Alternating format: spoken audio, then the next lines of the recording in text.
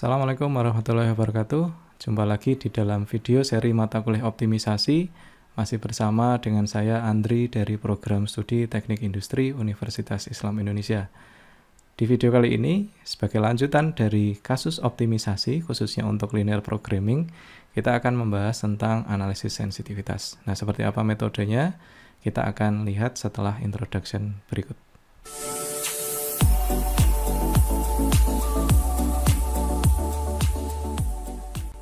Pada studi kasus sebelumnya, kita kebanyakan menyelesaikan kasus linear programming di mana nilai-nilai yang ada di dalam model matematis itu sudah diketahui secara pasti. Padahal di dalam kenyataannya, setiap nilai tersebut, misalnya seperti jumlah kapasitas maupun jumlah keuntungan per item, itu bisa jadi akan berubah-ubah sesuai dengan kondisi yang ada di kenyataan. Sebagai contoh, bisa jadi ada kenaikan harga bahan mentah yang kita dapatkan dari supplier, dan itu tentunya perusahaan harus merespon untuk gimana caranya untuk bisa mengatur harga sedemikian rupa sehingga jumlah rencana yang akan diproduksi itu tidak berubah, termasuk juga kapasitas yang kita miliki itu bisa jadi ada perubahan, misalnya seperti adanya kelangkaan sumber daya dan lain-lain. Nah, ini yang kemudian membuat kita itu perlu untuk mempelajari analisis sensitivitas. Maka output dari analisis sensitivitas ini adalah range dari harga atau keuntungan yang didapatkan per item, maupun nanti ada juga range atau interval dari jumlah kapasitas yang bisa kita adopsi, yang membuat model matematis kita masih tetap bisa digunakan. Baik, kita akan masuk ke slide kuliah. Ya, materi kali ini kita akan bahas tentang analisis sensitivitas dengan menggunakan metode grafis. Adapun materi yang akan kita bahas nanti adalah analisis sensitivitas, kemudian perubahan koefisien fungsi tujuan, perubahan kapasitas sumber daya. Nah, pertama kita masuk ke analisis sensitivitas. Tadi di awal sudah kita singgung bagaimana ada dinamika atau perubahan-perubahan yang ada yang ternyata tidak sesederhana contoh kasus yang nilai-nilainya itu sudah ditentukan secara deterministik. Nah, ternyata dalam kenyataannya nilai-nilai parameter tersebut itu umumnya mengandung ketidakpastian. Nah, setiap perubahan nilai input data akan mengubah masalah linear programming yang nantinya dapat mempengaruhi solusi optimal. Ada 4 ketidakpastian di dalam analisis sensitivitas. Pertama, ada perubahan koefisien fungsi tujuan atau CC. Koefisien fungsi tujuan ini adalah yang melekat di dalam setiap nilai variabel keputusan. Jadi biasanya Z sama dengan CC kali XJ. Nah, kemudian ada juga perubahan kapasitas sumber daya atau BI. Nah, ini biasanya yang ada di dalam setiap persamaan batasan. Kemudian ada penambahan variabel baru dan ada penambahan kendala baru. Untuk analisis sensitivitas di video kali ini kita akan fokus di poin A dan poin B. Kemudian pada kasus dengan dimensi M kali 2 dapat diselesaikan dengan metode grafis, sedang kasus dimensi M kali N dapat diselesaikan dengan metode simplex yang akan kita bahas di video selanjutnya. Baik, untuk mempermudah ilustrasi bagaimana analisis sensitivitas ini dilakukan, kita pertama selesaikan dulu kasus optimisasi dengan menggunakan metode grafis. Silakan Anda coba untuk membuat atau menyelesaikan kasus optimisasi berikut dengan metode grafis. Jika Anda memerlukan tutorial kembali, Anda bisa lihat video sebelumnya yang sudah membahas tentang metode grafis untuk penyelesaian kasus optimisasi. Nah, apabila formulasi model matematis ini sudah kita buat ke dalam grafis, maka kurang lebih gambarannya adalah seperti ini. Setelah garis fungsi Z kemudian kita geser ke arah kanan atas, karena ini adalah fungsi Z-nya adalah maksimasi, maka kita geser ke kanan atas secara sejajar, maka ditemukan kondisi optimal itu adalah pada titik B. Jadi titik B, kemudian atau perpotongan antara batasan 2 dan batasan 3 dengan nilai masing-masing X1 adalah 37,5 dan X2 adalah 50.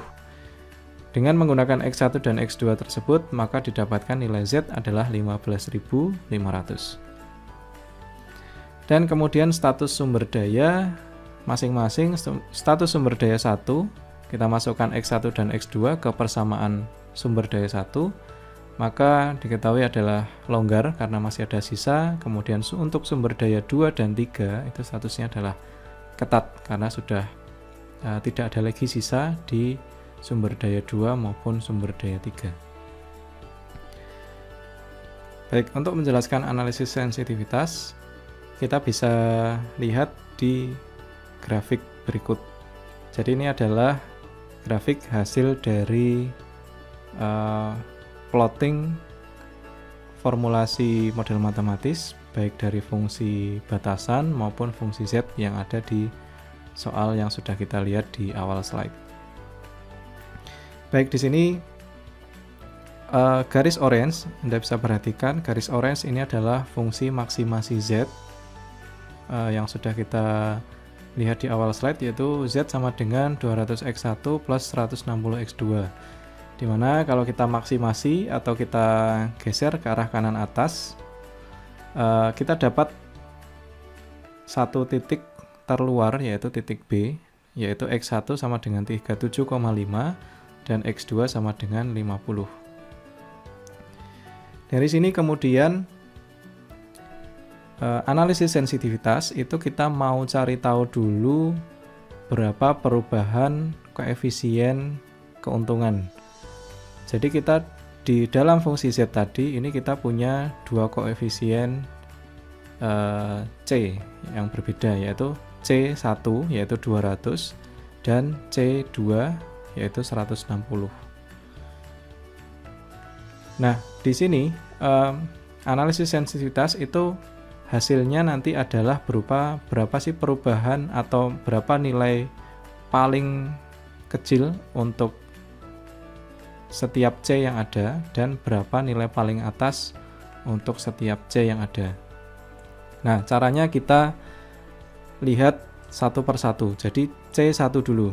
C1 kita harus cari tahu berapa intervalnya, berapa batas bawah, berapa batas atas, tanpa harus mengubah C2 maupun titik optimumnya X1 dan X2. Sekarang kita coba lakukan perubahan untuk C1. Jadi dari 200 saya coba untuk turunkan 150 tanpa mengubah C2-nya. Jadi C2 tetap 160.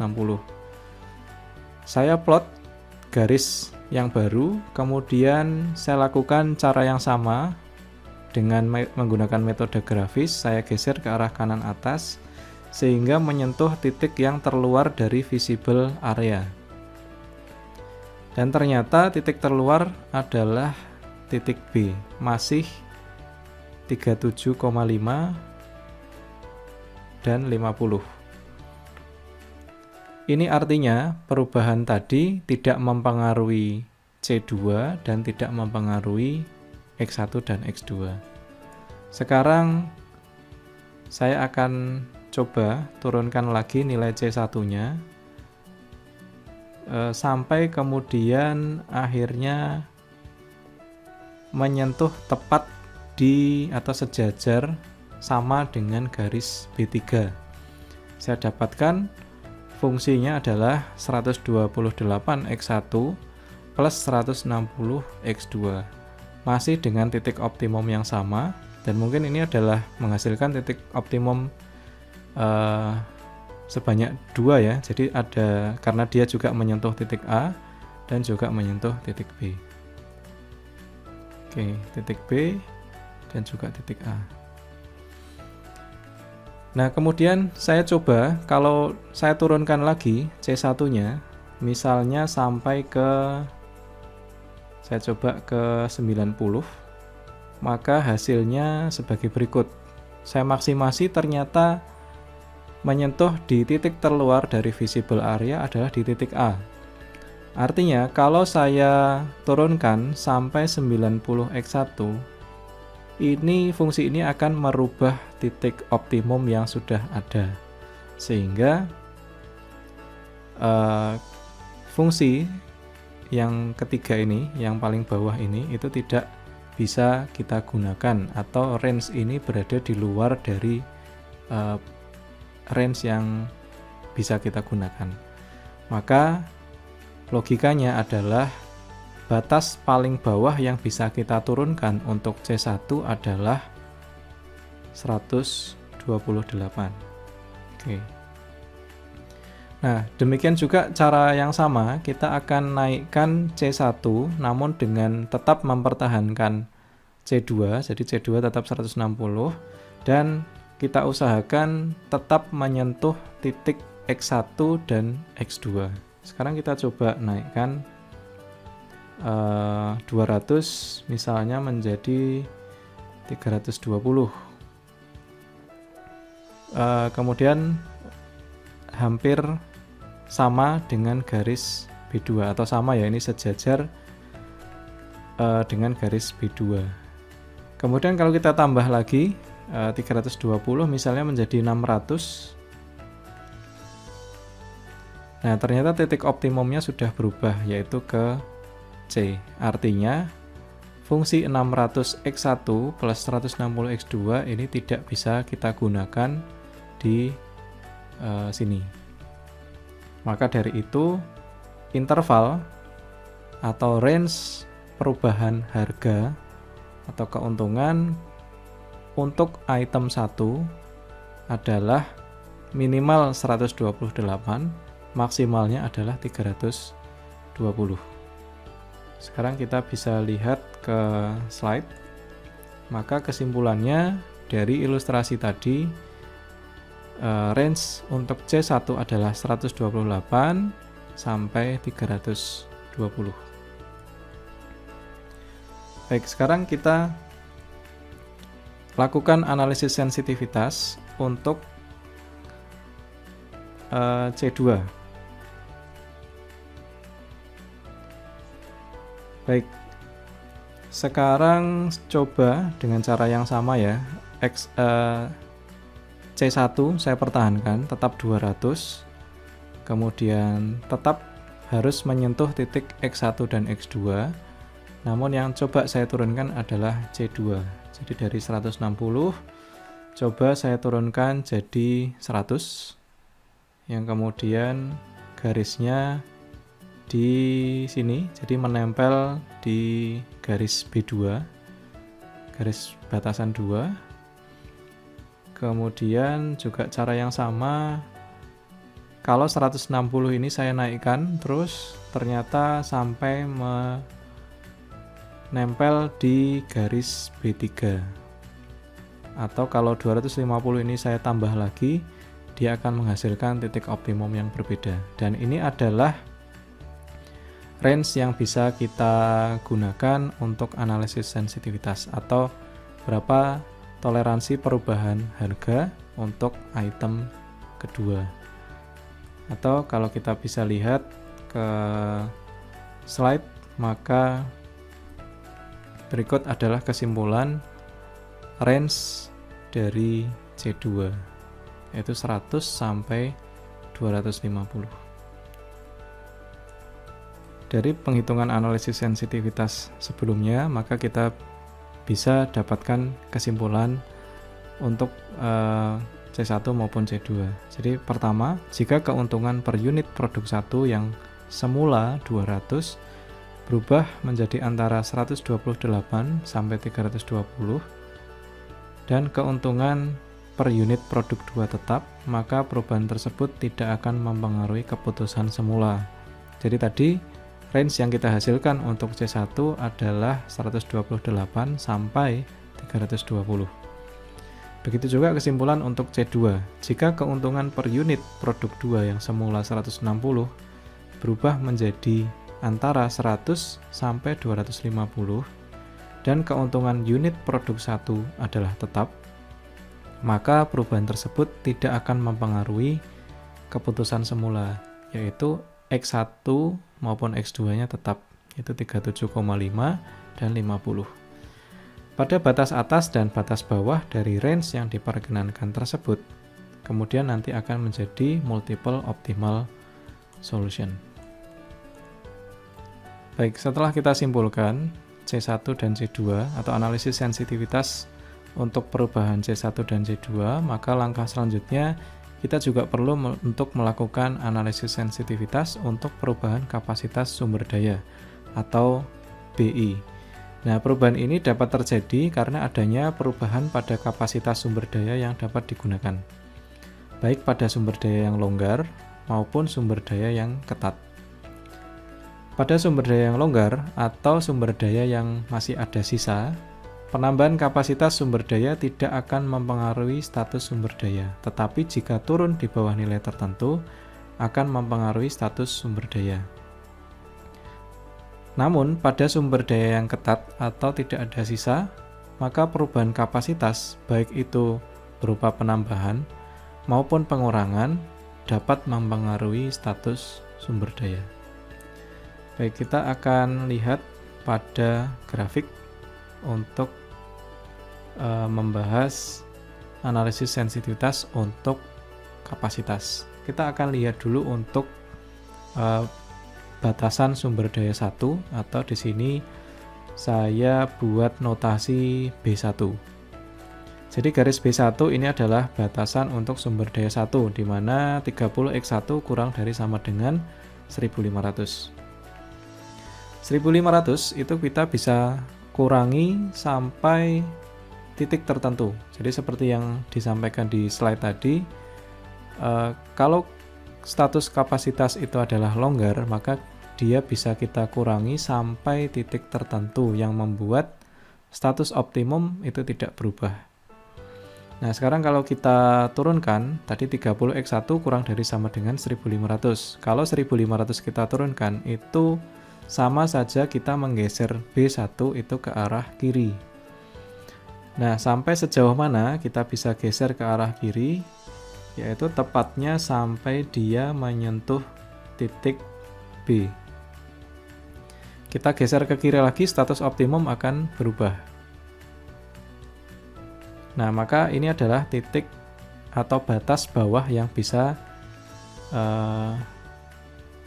dipakai untuk analisis sensitivitas. Kemudian, seperti yang dijelaskan di slide tadi, ketika status sumber daya adalah longgar, mau ditambah sampai berapapun tidak akan berpengaruh pada solusi optimum.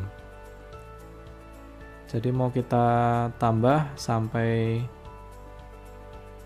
berapapun, kita tambah atau kita geser garis B1 ini ke kanan, maka dia tidak akan mempengaruhi status optimum. Sehingga kita bisa simpulkan untuk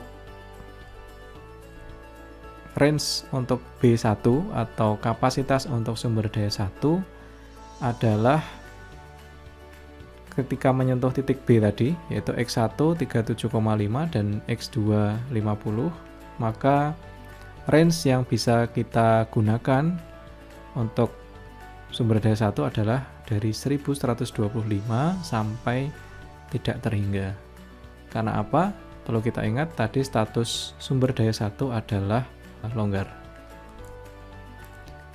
Baik, setelah B1 kita lakukan analisis sensitivitas. Selanjutnya kita lakukan analisis sensitivitas untuk batasan nomor 2, atau di dalam grafik ini saya simbolkan ke dalam bentuk B2. Nah, di dalam batasan kedua kita punya fungsi 40x1 plus 20x2 kurang dari sama dengan 2500. Nah, kita coba dengan menggunakan metode grafis. Dengan cara yang sama kita geser ke arah kiri bawah. Kita coba kurangi 2500 sampai ke titik berapa dia bisa diakomodasi. Sekarang coba kita geser. Nah, di sini kita punya acuan beberapa titik di dalam grafik ini. Jadi beberapa titik temu dari setiap batasan yang ada. Oke, sekarang saya coba hilangkan dulu fungsi Z-nya. Oke. Sekarang kita hanya fokus ke garis B2. Sekarang kalau B2 saya geser secara sejajar ke arah kiri bawah, maka dia akan menyentuh titik D. Kemudian, nah kalau kita lihat di sini B2 akan berpotongan dengan B3 di titik ini.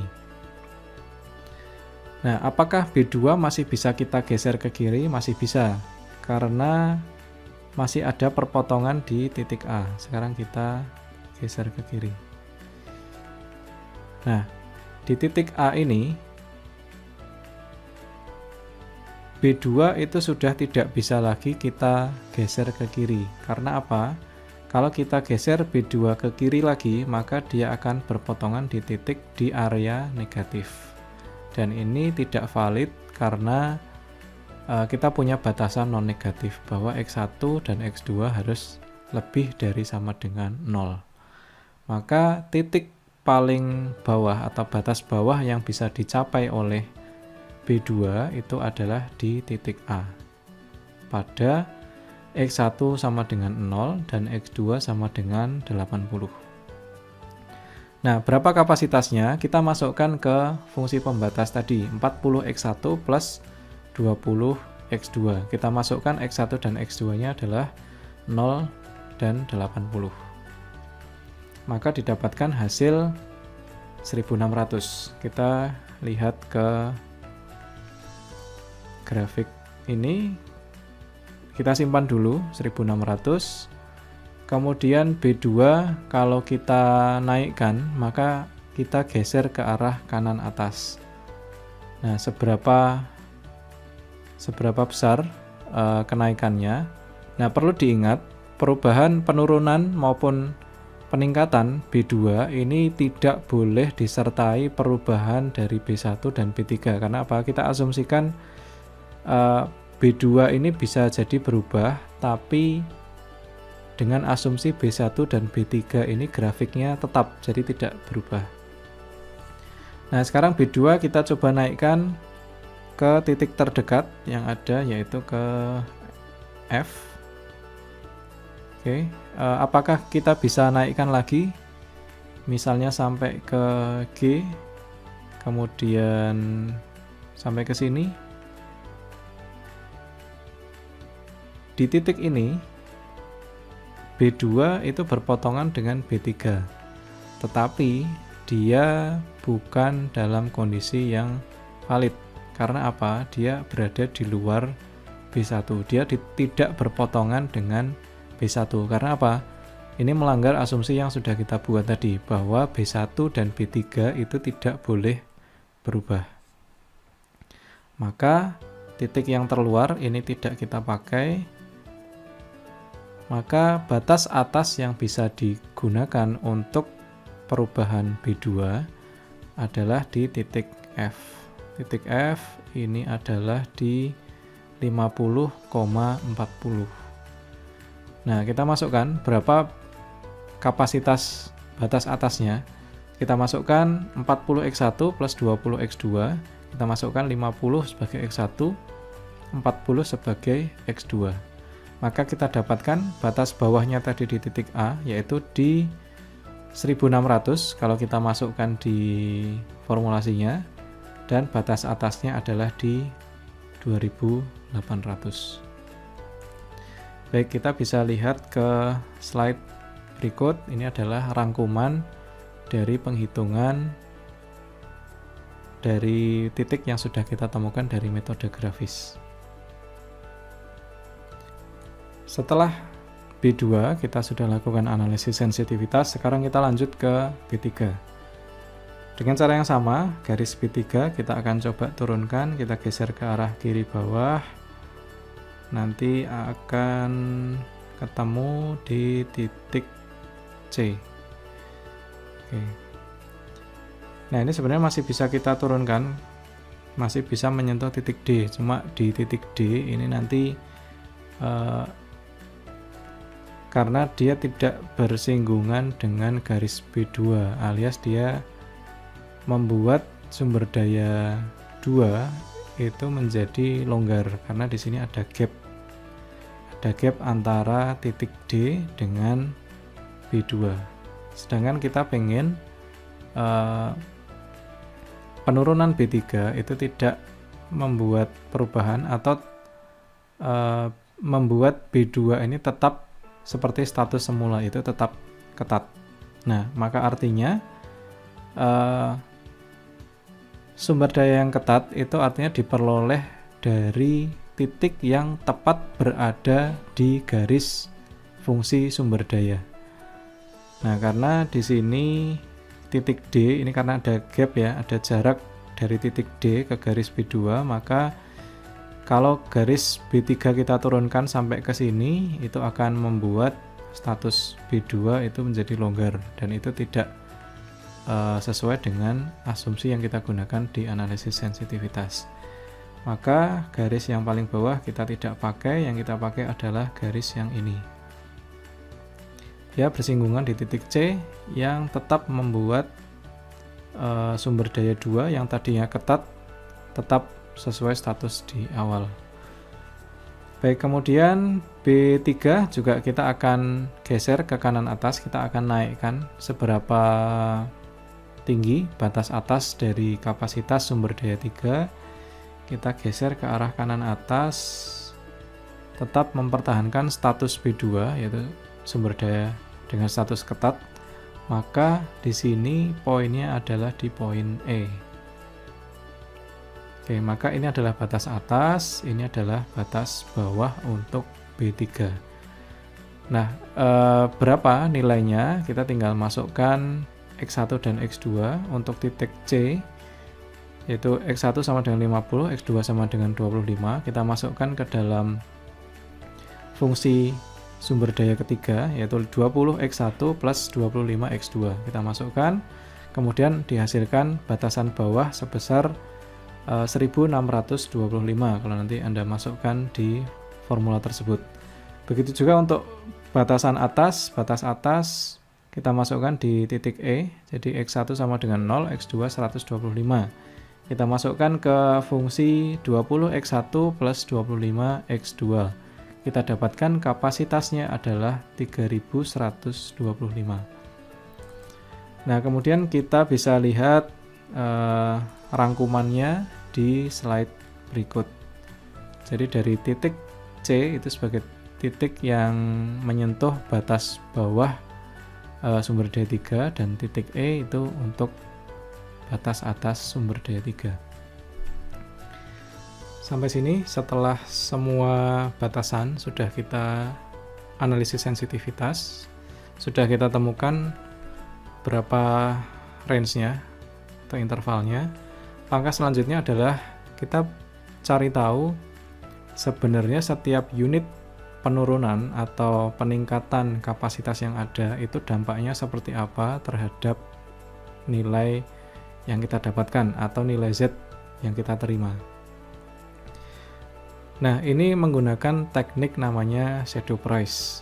Nah, untuk menentukan sumber daya mana yang diprioritaskan untuk ditambah atau dikurangi, maka kita gunakan konsep shadow price.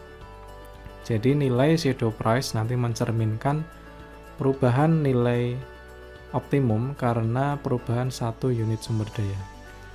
Untuk sumber daya 1 merupakan sumber daya yang longgar sehingga nilai Z tidak akan berubah sepanjang range B sesuai dengan yang kita temukan tadi, yaitu dari 1125 sampai tak terhingga, atau setiap penambahan atau pengurangan satu unit sumber daya 1 sampai batas yang diizinkan tidak akan berpengaruh terhadap nilai Z. Nah, kita lihat untuk shadow price sumber daya kedua. Kita tahu bahwa sumber daya kedua merupakan sumber daya yang ketat. Jika dia diubah sepanjang range-nya, tadi kita sudah temukan dari 1600 sampai 2800, dari titik A itu sebagai batas bawah, kemudian titik F itu batas atas, kemudian kita hitung seberapa besar penurunan kapasitas maupun penurunan nilai Z-nya. Untuk A, kalau B2 tadi kita turunkan sampai menyentuh titik A, kita turunkan, ternyata penurunan kapasitasnya itu sebesar 900 unit. Yang tadinya 2500, kita turunkan sampai 1600. Termasuk nilai Z kita masukkan, jadi kondisi optimum, jadi X1 37,5 dan X2 50 itu untuk kondisi optimum. Kemudian kita kurangi dengan nilai Z yang didapatkan ketika titik A tadi, ketika X1 dan X2 adalah di titik A, yaitu 0 dan 80. Kita masukkan, ternyata penurunan nilai Z-nya adalah 2700. Nah, kalau 900 unit kita turunkan, ternyata berdampak terhadap turunnya Z sebanyak 2700, maka penurunan 1 unit kapasitas atau sumber daya 2 akan berdampak pada turunnya 3 satuan untuk Z, nilai Z. Termasuk juga peningkatan, kalau B2 tadi kita naikkan, yaitu sampai menyentuh titik F, maka X1 sama dengan 50, X2 sama dengan 40, maka artinya B2 akan naik sebesar 300 unit. Yang tadinya 2500, kemudian setelah B2 kita sentuh ke titik F, maka naiknya 300 unit. Dan kemudian nilai Z pada titik F tersebut kita masukkan, ternyata nilai Z meningkat 900, maka 300 unit akan menyebabkan peningkatan 300 unit akan menyebabkan peningkatan nilai Z sebesar 900. Maka 1 unit peningkatan sumber daya 2 akan menyebabkan peningkatan sebanyak 3 untuk nilai Z. Maka kita bisa simpulkan bahwa shadow price untuk sumber daya 2 adalah 3. Kita juga bisa lakukan hal yang sama, tentukan shadow price untuk sumber daya 3. Maka kita masukkan tadi penurunan B3 tadi sampai ke titik C. Kita masukkan seberapa banyak penurunan kapasitasnya. Kemudian kita hitung berapa banyak penurunan nilai Z-nya. Ternyata penurunan kapasitas adalah 375 unit yang berdampak pada penurunan nilai Z sebanyak 1500. Artinya penurunan 1 unit sumber daya 3 akan berdampak pada penurunan 4 pada nilai Z. Termasuk juga peningkatannya. Peningkatan 1125 yang berdampak pada peningkatan Z sebanyak 4500.